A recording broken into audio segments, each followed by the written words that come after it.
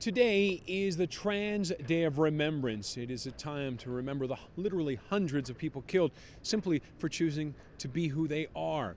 Now, on Breakfast Television this morning, we had a chance to talk to trans activist Susan Gapka about what needs to be done to ensure the community is protected. I imagine a difficult day for you. Or is it a celebration? Which way do you look at it? Well, Trans Day of Remembrance is an internationally recognized commemoration of the brutal violence, the trans bashing, and the hate that trans people experience. This year, over 300 people have been brutally murdered, and so we commemorate that, we mourn that. But because we don't want to be because it can be very difficult, emotionally overwhelming, just to even talk about it now with you, is we try to celebrate our resilience and the strength that we have. Those of us who survive are pretty darn strong.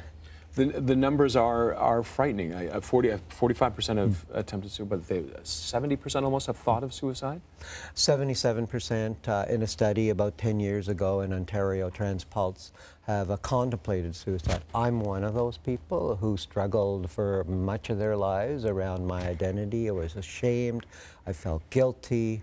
I tried to do everything but accept who I was, but once I did, that was a marvelous experience. It's been empowering.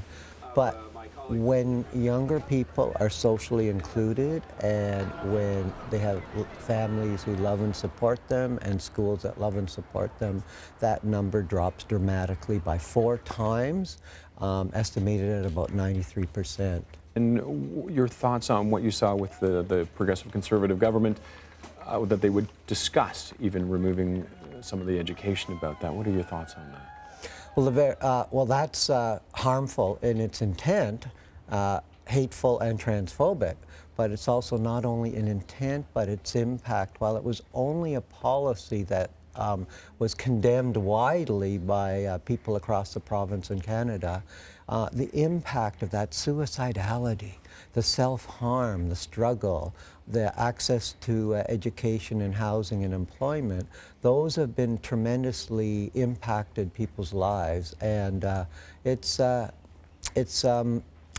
systemic discrimination. Any type of policy, like the sex ed curriculum was canceled in the middle of summer. This affects families and young people, and I worry about them. And if someone's struggling, if someone's having a hard time, just be a friend, lend an ear, listen to them, acknowledge them, and respect them.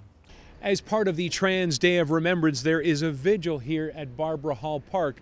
It starts at 7:30 tonight.